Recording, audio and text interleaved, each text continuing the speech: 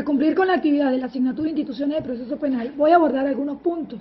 Trataré de ser lo más objetiva o más puntual posible con respecto a ello, dado que el tema es bastante extenso y el tiempo que tengo para la exposición es muy limitado.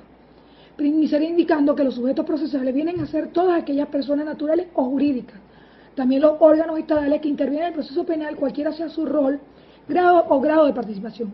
En esta relación, los sujetos procesales pueden clasificarse en los fundamentales, que son aquellos que integran la relación jurídica procesal, sin los cuales no podría existir el proceso. Estos son los órganos de jurisdicción y las partes.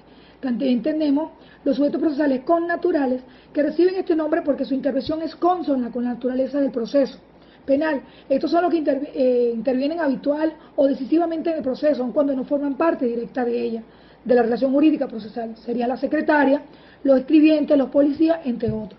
Los sujetos procesales eventuales son aquellos, como su palabra lo indica, participan eventualmente en el proceso. Podríamos decir que entre ellos podríamos nombrar el demandante civil, el tercero civilmente responsable, el tercero excluyente y el público en general. En el proceso penal posee las siguientes partes. Una parte que es la parte acusadora, que estará integrada por el imputado asistido de su defensor o defensores, y la parte acusadora, que estará integrada por el Ministerio Público y la víctima del delito con sus respectivos abogados. También son sujetos al proceso procesal el tribunal, el juez, el Ministerio Público, la Defensoría Pública, los órganos de policía de investigaciones penales, la víctima, el imputado, entre otros. ¿Qué es un órgano jurisdiccional? Que según la lectura es el elemento o el sujeto más importante en el proceso penal, pues a él le corresponde el constatar la existencia o no de un hecho punible, determinar las consecuencias y las responsabilidades que se deriven de este hecho punible y proponer restablecer la legalidad quebrantada. Es al que le corresponde conocer cualquier grado y estado de proceso, pues obviamente el conocimiento de un tipo de órgano jurisdiccional excluye el conocimiento de cualquier otro. ¿Quiénes no son para abordar el punto de qué son las partes en un proceso penal? Podríamos indicar qué son partes. Las partes, de mi punto de vista, son los elementos que integran el proceso, que están inmersos dentro del proceso como tal. Podríamos hablar de las partes respecto a la acción penal, que son las partes acusadoras, tal como lo dije anteriormente, que son las que ejercen la acción penal, acusar, y entre las que podemos encontrar al representante de la víctima pública, o el fiscal, o el procurador del Ministerio Público, el fiscal general, el Ministerio Público, entre otros. Las partes respecto a la acción civil derivada del delito, tenemos las partes demandantes, entre las cuales puede figurar el Ministerio Público, la Fiscalía, la víctima como demandante civil y la comunidad en general, o el Estado. Las partes procesales es noción preliminar del litigio por la iniciativa propia o por la impugnación de la acción ajena contra él, sea el demandante, el actor o reo, y también el proceso criminal querellante y el acusador. Ahora bien, también podríamos hablar que está el fiscal, el acusador y la víctima. Ahora, ¿quiénes no son partes según la lectura? Los defensores, los testigos, los peritos, los jueces. Las partes acusadoras en el sistema acusatorio instituido por el Código Orgánico Procesal Penal son las siguientes: el Ministerio Público, la víctima, cualquier persona natural asociada de la defensa de los derechos humanos, quienes podrán ejercer la acción penal mediante una demanda contra funcionarios, empleados públicos, agentes públicos que hayan violado el derecho humano en el ejercicio de sus funciones o en ocasiones de ellas. También podríamos nombrar al Ministerio Público. Ahora bien, el Ministerio Público está organizado a los efectos del proceso penal de la siguiente manera.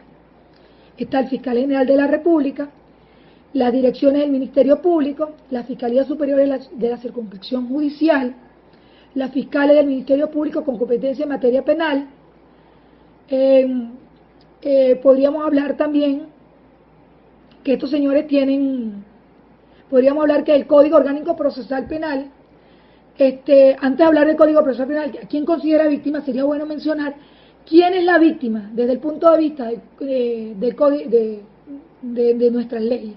La víctima es toda persona a la cual se le ha acusado de un hecho punible, se le ha causado, un hecho punible que requiere ser juzgado. Según nuestro Código Orgánico, el Procesal Penal considera a la víctima la persona directamente ofendida por un delito, ¿sí?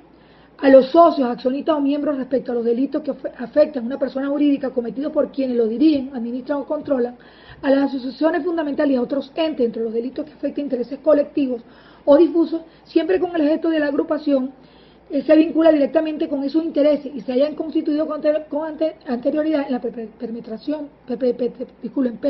del delito. Ahora bien, ¿qué es la capacidad procesal? Porque es un término que se ha usado o está muy, se toca mucho en la lectura de este tema. Yo diría que la capacidad procesal del Ministerio Público venezolano específicamente son las atribuciones que le confiere la ley una vez que la persona es nombrada en un cargo como, en este caso como miembro del Ministerio Público. Ahora bien, ¿quién es el imputado y sus defensores como parte del proceso penal? Yo diría que el imputado es la persona contra quien se dirige la acción penal y quien tiene la necesidad de defenderse. El Código Orgánico Procesal Penal considera imputado a toda persona a quien se le señale como autor o partícipe de un hecho punible por un acto o procedimiento de la autoridad encargada de la persecución penal, conforme a lo que establece dicho código. El defensor, ¿quién vendría a ser el defensor? El defensor vendría a ser el abogado, que surge del mismo momento en la instructiva de los cargos al que se le imputan a una persona y subsiste incluso, se permanece incluso hasta la ejecución de la sentencia. La designación del abogado son dos, o lo hace el imputado, el abogado lo designa el imputado o el Estado venezolano. A nadie se le niega el derecho a tener un abogado defensor y mucho menos a que éste sea preferencia del acusado. Existen dos abogados defensores, uno que es de oficio y uno que es defensores públicos. ¿Qué vendría a ser un defensor de oficio? El defensor de oficio es el abogado inscrito en matrícula por medio de un imperativo legal y un procedimiento preestablecido y es designado para representar y ejercer la defensa en un juicio de una persona que por determinadas características no tiene posibilidad de hacer valer sus derechos. El defensor público es aquella persona capacitada que se encargue de la defensa de un imputado que carezca de un abogado desde la primera actuación del procedimiento dirigido en contra a quien le causa este. Ahora bien, la causa de la defensa, está la clase de defensa de oficio, defensa privada, defensa pública. Los de sujetos a la relación jurídica civil en el proceso penal sería el acusado, la víctima o los perjudicados, el tercer civilmente responsable, el Ministerio Público. De acuerdo con el Código Orgánico Procesal Penal, la acción civil se ejercerá conforme a las reglas establecidas en él, después de que la sentencia penal quede firme, sin perjuicio del derecho de la víctima a demandar ante la jurisdicción civil.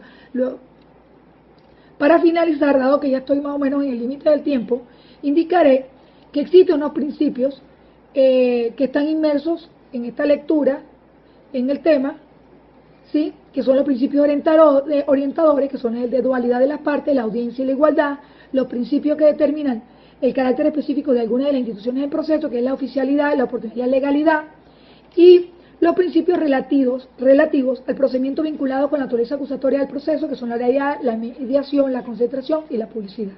Bueno, esto ha sido toda mi exposición. Espero haber abarcado todos los puntos del tema. Gracias.